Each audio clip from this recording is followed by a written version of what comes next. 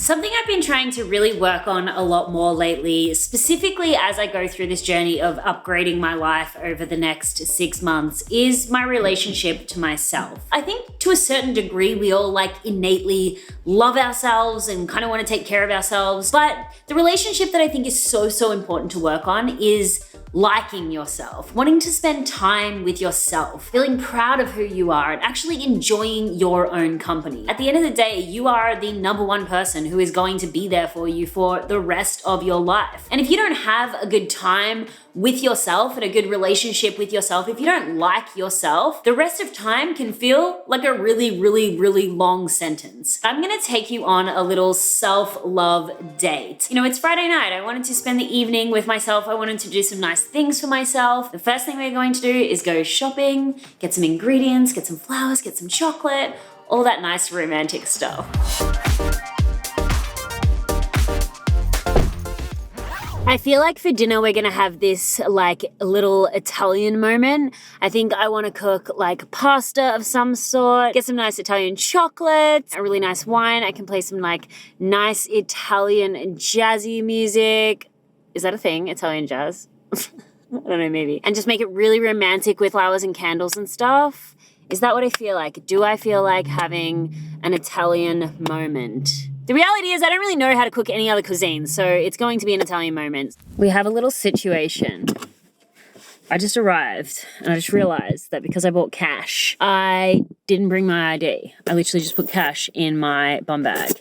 And I really want to buy some wine. Clearly I look under 18, so we're gonna have to try to risk it. I'm 31 years old. Clearly I'm old enough to buy wine. Even at this age, knowing that I do have a legitimate ID at home, getting barred from buying wine is the most embarrassing thing in the entire world. I have PTSD from when I was a teenager and I was trying to buy it. I'm gonna try, but because I obviously am just so youthful, we might fail.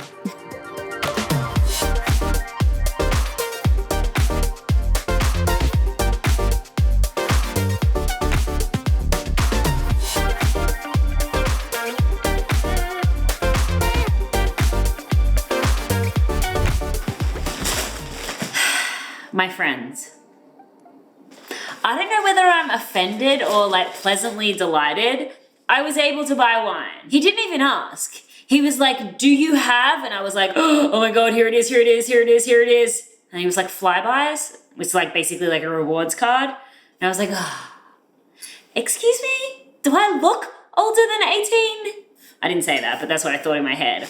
I ended up deciding that I was going to make some pasta. So basically what I'm going to do is crumbed chorito. I understand is not Italian, but you know what? We're gonna make do. We're gonna get some olives, we've got some mushrooms, and we got some pappardelle. And that is what we're going to be cooking for dinner with some pesto. And then I also got my favorite Italian chocolates. Yum, yum, yum. I cannot wait to eat these. As well as I thought it'd be really cute for my little self-love date to make some popcorn and watch a movie. And so I also got some popcorn. And there is nothing more romantic than actual popcorn. I know you can buy bags that are already pre-popped. Just hearing that pop, pop, pop in the microwave, I feel is such a cute movie night thing to do. And so that's what we're gonna do. I don't cook, so this is I'm really going all out for this date. I'm really putting my best foot forward, Nonna would be proud of this meal that I'm going to make. Not my Nonna, I'm not actually Italian, so I know people think I am, but I'm not. Somebody's Nonna would be proud. One of the biggest barriers to us actually liking ourselves is obviously our inner critic. That voice inside our head that is constantly telling us that we're not good enough, we can't do the things that we want to do, or that we shouldn't want the things that we want, or that we should feel guilty about this, or we should be ashamed of that. And so the first thing, if you want to have a better relationship with yourself that you really want to make sure you're working on, is managing that inner critical thought. Honestly, there's just a process you need to go through. First of all, you need to become super aware of these thoughts, and then you have to have a way to actually dismantle them, to prove to yourself that they're not actually true, because rarely are they. And then the third thing is making sure you are replacing those thoughts with more positive ones. You know, I've spoken a lot here on my channel about how I'm a huge fan of mirror work. This is something that I do incredibly regularly because I think it's just such a beautiful way to obviously build your relationship to yourself and to remove those inner critical thoughts.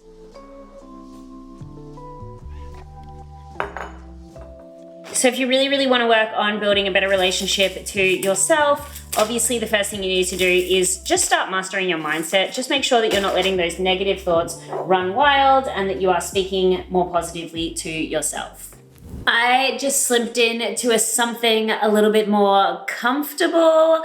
I have this little matching vibe going on. One of the things that I think is super important when you are spending your time with yourself is that you are really mindful. It's really easy to get distracted and go on your phone. It's really easy to get distracted and call someone or, you know, whatever, just get lost in thought. During this process of me spending time with myself, I'm going to just be really mindful in this cooking process and just really embody the relationship I'm developing with myself. Oh my gosh, jazzy Italian kitchen. Could that be any more perfect? A little different than all the rest. I'm quite old-fashioned where I had sometimes played chess. And when I'm out, I'm looking for that vintage fling. But all complexions that I adore, so hard to find, these seem impossible to score. So I dream on to someday find that vintage love. As the meal cooks, I'm going to set up for my dinner. Now, I was going to set up here at my dining table area, but I'm not gonna lie, I eat most of my meals sitting down here. I love sitting on the floor and eating my meals, and I'm gonna do what is best for me, and I'm going to sit on the floor. In all honesty, the most ideal aesthetic thing for this video would be for me to set up the table and have it all looking nice like a little romantic restaurant situation, but my intuition doesn't want that. That's not the most ideal thing for me and for what I desire. And one of the biggest things that I can say is when you're building your relationship to yourself, learn to listen to your gut. Don't always go for the best case option based on what society tells you or your family tells you or your friends tell you or what would look best. Always go for what would feel best.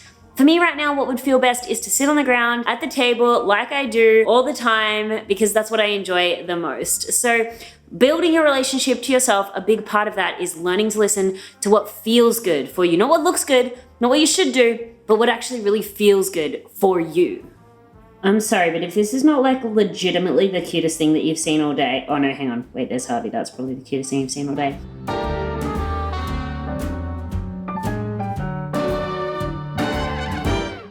Bro. Next up on my self-love agenda is going to be taking a little bath.